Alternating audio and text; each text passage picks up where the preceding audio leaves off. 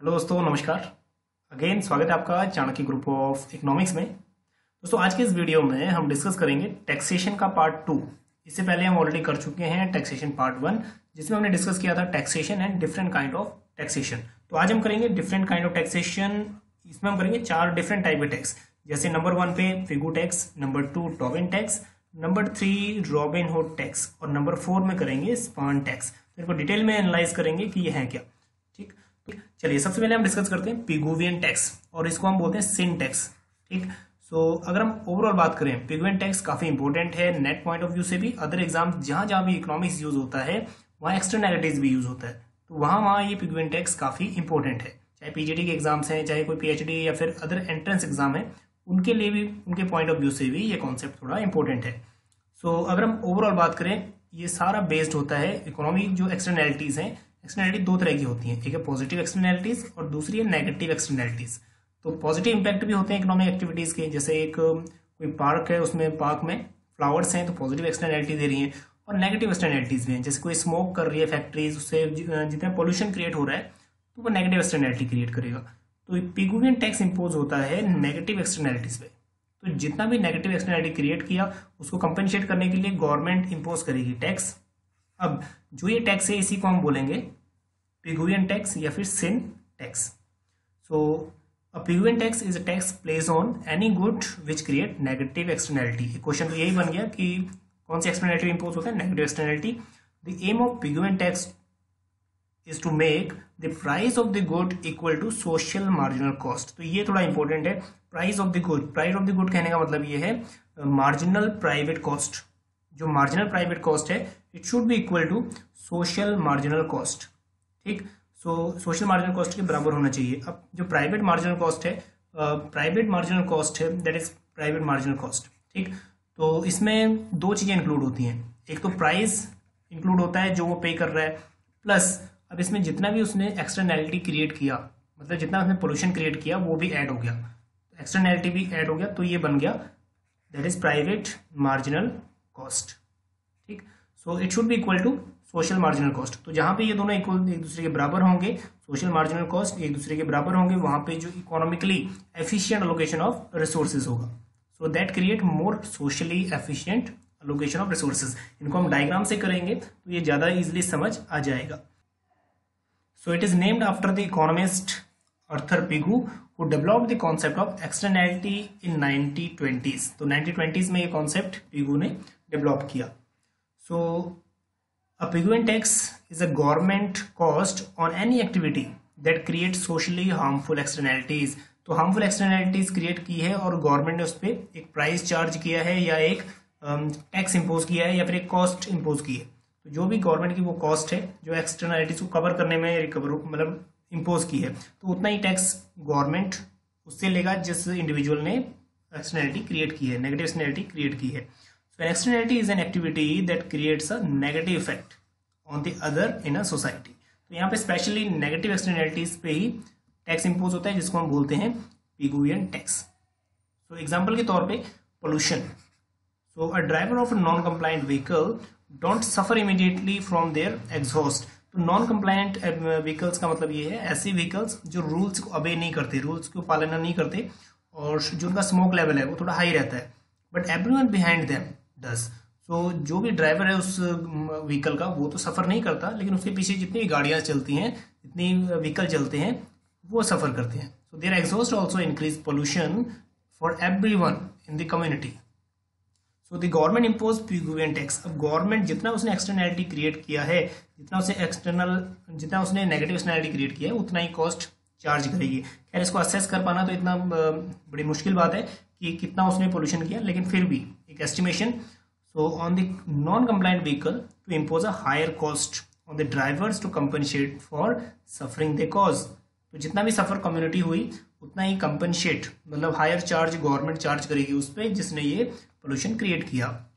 So the revenue from the taxes is often used to ameliorate the external cost. तो जितने भी revenue है उसको यूज करेंगे, मतलब जो कंडीशंस वर्स हुई थी, एनवायरनमेंट डिग्रेडेड हुआ था, उसको इंप्रूव करने में वो कॉस्ट मतलब वो रेवेन्यू यूज होगी। सो इस डायग्राम से थोड़ा हमें सारा कुछ समझ आ जाएगा। पिगुवियन टैक्स यहाँ पे सबसे पहले इकोनॉमी यहाँ ऑपरेट करती है। So demand that is marginal cost, that is marginal benefit, और दैट इज S1 शो कर रहा है मार्जिनल प्राइवेट कॉस्ट। तो ये इनिशियल मार्जिनल प्राइवेट कॉस्ट यहाँ पे इकोनॉमिक इक्विलिब्रियम बनता है पहले यहाँ पे। अब जो एक्टिविटी थी इंडिविजुअल की, ऐसी एक्टिविटी थी जिसने एक्सटर्नैलिटी क्रिएट की। अब एक्सटर्नैलिटी क्रिएट करेंगे तो कॉस्ट क्या होगा, इंक्रीज होगा। तो जब भी कॉस्ट इंक्रीज होता है तो सप्लाई कम होना शुरू हो जाती है, ठीक। तो सप्लाई कम होकर ये शिफ्ट करेगा बैकवर्ड, तो ये वाला पॉइंट S2। तो S2 शिफ्ट कर रहा है मार्जिनल। अब इसमें मार्जिनल सोशल कॉस्ट शो कर रहा है, इसमें अब सोसाइटी को भी हार्म हो रहा है। तो जो मार्जिनल प्राइवेट कॉस्ट में प्लस एक्सटर्नैलिटी ऐड हो गया है, ठीक, प्लस एक्सटर्नैलिटी ऐड हो गया है, तो ये बन चुका है मार्जिनल सोशल कॉस्ट, क्योंकि सोसाइटी को भी वो बियर करना पड़ रहा है जो भी उसने एक्सटर्नैलिटी क्रिएट की थी। ये वाला पॉइंट है social optimal point, social optimal point, ये वाला पॉइंट, ठीक। सो जो इतना बीच का जो डिफरेंस है, ये वाला बीच का डिफरेंस है, इसको हम बोल सकते हैं नेगेटिव एक्सटर्नैलिटीज या फिर पिगुवियन टैक्स। तो पिगुवियन टैक्स अल्टीमेटली उतना ही है जितना नेगेटिव एक्सटर्नैलिटी है, और marginal social cost it should be equal to MPC, मतलब marginal private cost plus externality. Okay, दूसरा कॉन्सेप्ट है पिगुवियन सब्सिडी। इसके साथ साथ पिगुवियन सब्सिडी इट मीन्स जब जहां पे भी जब भी सब्सिडी कंज्यूमर को होगी तो कंज्यूमर की डिमांड कर्व शिफ्ट आगे करेगी, और जब भी प्रोड्यूसर को मिलेगा तो प्रोड्यूसर की जो सप्लाई कर्व है वो शिफ्ट करेगी फॉरवर्ड, ठीक है। जब भी सप्लाई पे मतलब जब भी प्रोड्यूसर को सब्सिडी प्रोवाइड होगी तो उसकी सप्लाई बढ़ेगी, कंज्यूमर को सब्सिडी मिलेगी तो उसकी डिमांड बढ़ेगी। तो कंज्यूमर को यहाँ पे सब्सिडी मिलती है तो इनिशियल डिमांड पॉइंट E पे, और उसके बाद डिमांड इंक्रीज हो जाती है तो पॉइंट E1 पे, तो market quantity that one, and उसके बाद social optimal point after subsidy, ये वाला point at E1। And similarly supply case में भी, जब सप्लाई केस में भी तो supply curve initial supply S, उसके बाद सब्सिडी प्रोवाइड करोगे प्रोडक्शन पे तो सब्सिडी प्रोडक्शन ज़्यादा होगा, तो न्यू पॉइंट दैट वन, और यहाँ पे social optimal point at point E1। तो नेम आप इनको कुछ भी दे सकते हो, E1 वगैरह।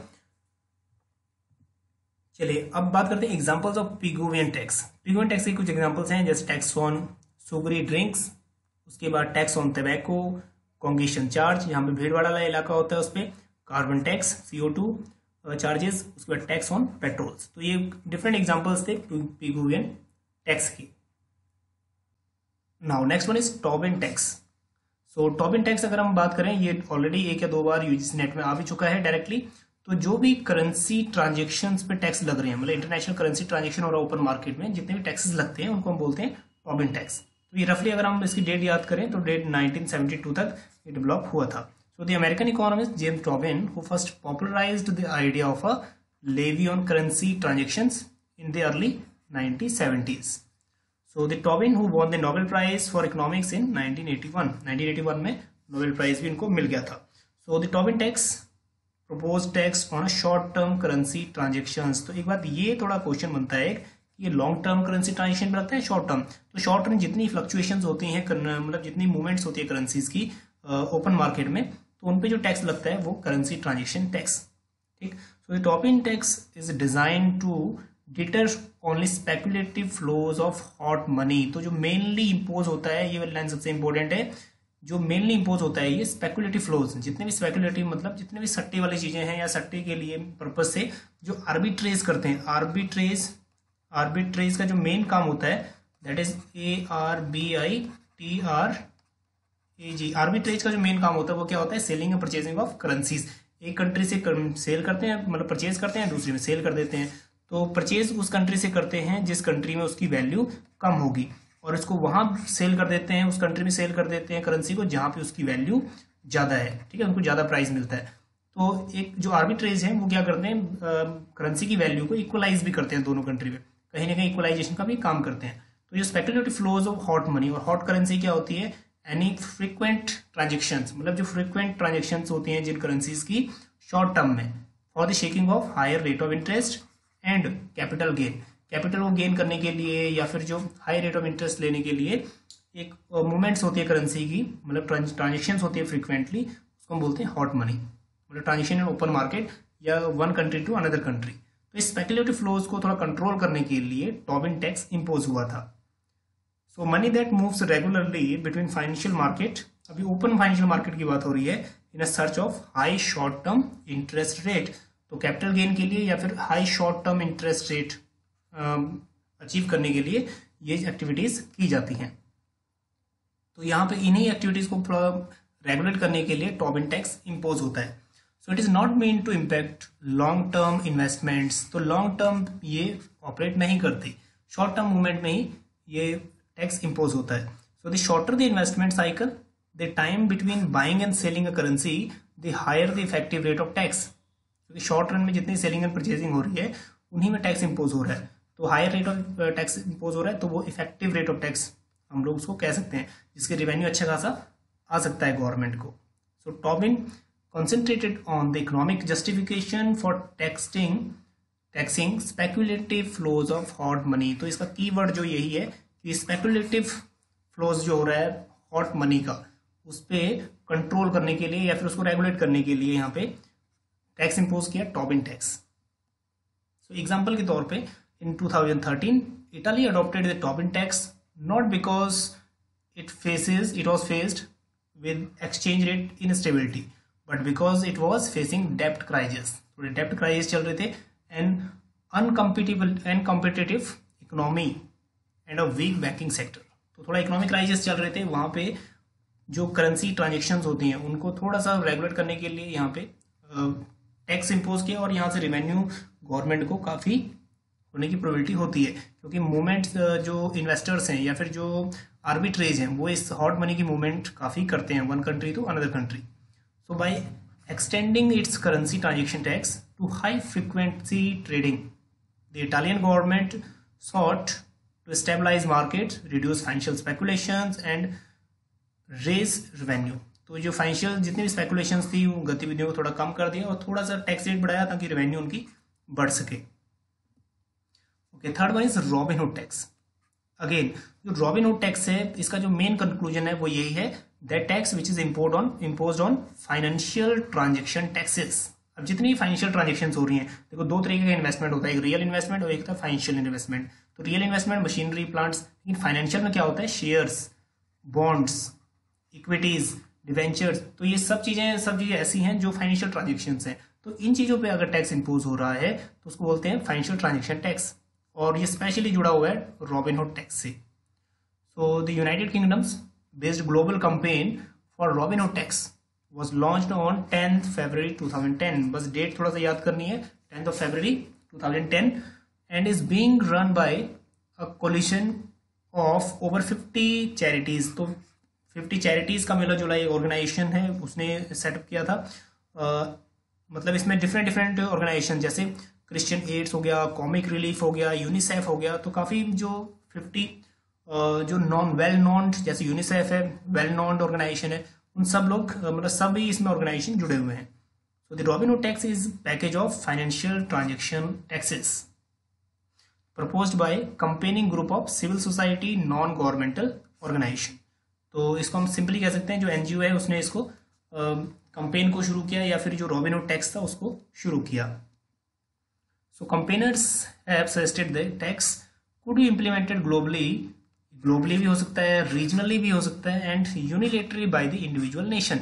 यूनिलेटरली मतलब नेशन के अंदर। तो all these are unilateral payment, जिसके बदले गवर्नमेंट को कुछ नहीं देना पड़ता। जितने टैक्सेस होते हैं यूनिलेटरल पेमेंट्स होती हैं, ठीक है, बायलेटरल नहीं होती। So it is similar to Tobin tax. बस टोबिन का ये था कि टोबिन था which was proposed on foreign currency exchange only. Foreign currency exchange में टोबिन टैक्स होता था, लेकिन ये होता है financial purchase and selling.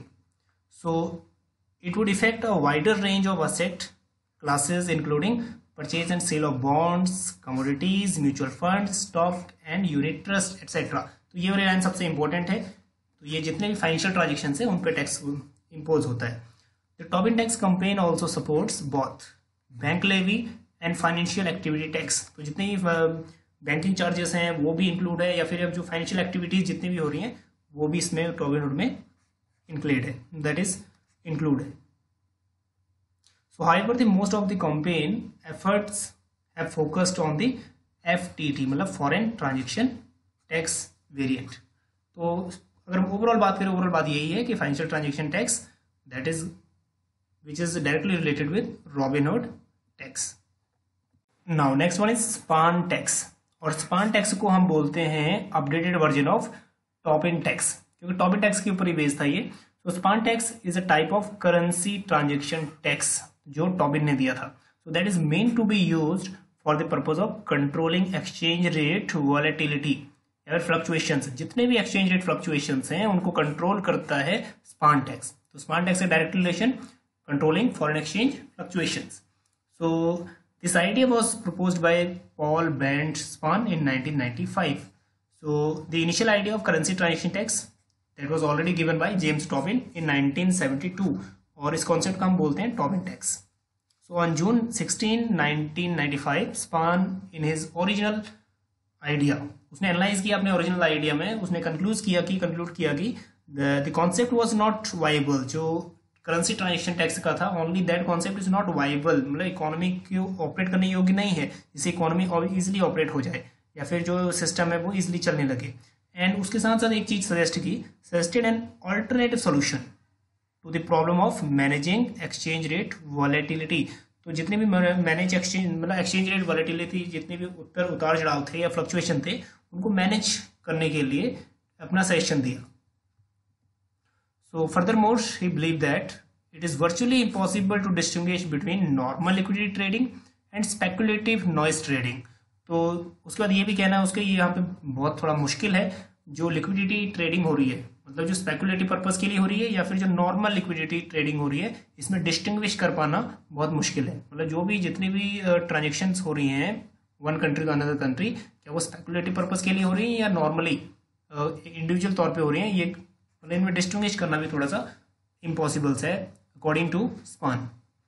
So if the tax is generally applied at high rate, अगर क्या हो जो ट्रांजेक्शन पे high rate of taxes charge कर दें, तो high rate of taxes charge करेंगे तो कोई इतने ज़्यादा ट्रांजेक्शन करेगा नहीं, तो इसका इम्पैक्ट क्या पड़ेगा, it will severally empire financial operations and create international liquidity problems.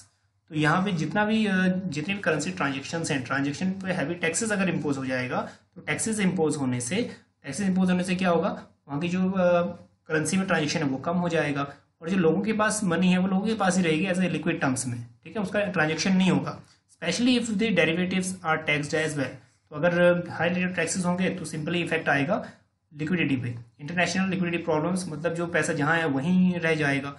सो अगर लोअर टैक्स होगा, अगर जितने भी फाइनेंशियल ट्रांजेक्शन है अगर उन पर लोअर टैक्सेस होगा, so the tax rate would reduce the negative impact on the financial markets but not mitigate speculation. लेकिन फिर भी ये स्पेकुलेशन को तो नहीं रोक पाएगा, क्योंकि जब रेट ऑफ इंटरेस्ट कम होगा तो स्पेकुलेशन एक्टिविटी ज़्यादा होंगी, where the expectation of an exchange rate change exceed the tax margin. तो यहाँ पे अगर ओवरऑल कहें, स्पान ने ये टैक्स दिया, मतलब ये टैक्स जो स्पान टैक्स है वो क्या करता है, फॉरेन एक्सचेंज रेट से जो फ्लक्चुएशंस हैं उनको देख के ही मतलब टैक्स इम्पोज करता है, और है वही है करेंसी ट्रांजेक्शन टैक्स ही है, लेकिन थोड़ा सा अपडेटेड वर्जन है जिसमें हम ये इंक्लूड कर देते हैं कंट्रोलिंग फॉरेन एक्सचेंज वॉलेटिलिटी, ठीक है, वॉलेटिलिटी जितनी भी है, जितनी फ्लक्चुएशन है उनको मैनेज करता है। चलिए, तो आज हमने किया 4 टैक्सेस डिस्कस। अब नेक्स्ट वीडियो में हम डिस्कस करेंगे टैक्सेशन के पार्ट 3, इसमें हम tax fluency and tax इलास्टिसिटीज, लाफर curve वगैरह डिस्कस करेंगे। तो इसमें मेन चीज जो टैक्स से रिलेटेड जितने भी एमसीक्यूज हैं वो आपको टैक्स के एमसीक्यूज स्पेशली मिल जाएंगे वेबसाइट पे, और उनको हो सकता है कि मैं कम्युनिटी टैब में भी पब्लिश उनको हम लोग कर दें। चलिए मिलते हैं आपको थर्ड वीडियो में, मतलब थर्ड पार्ट में। बने रहिए चाणक्य ग्रुप ऑफ इकोनॉमिक्स के साथ, मिलते हैं आपको नेक्स्ट वीडियो में। Thank you.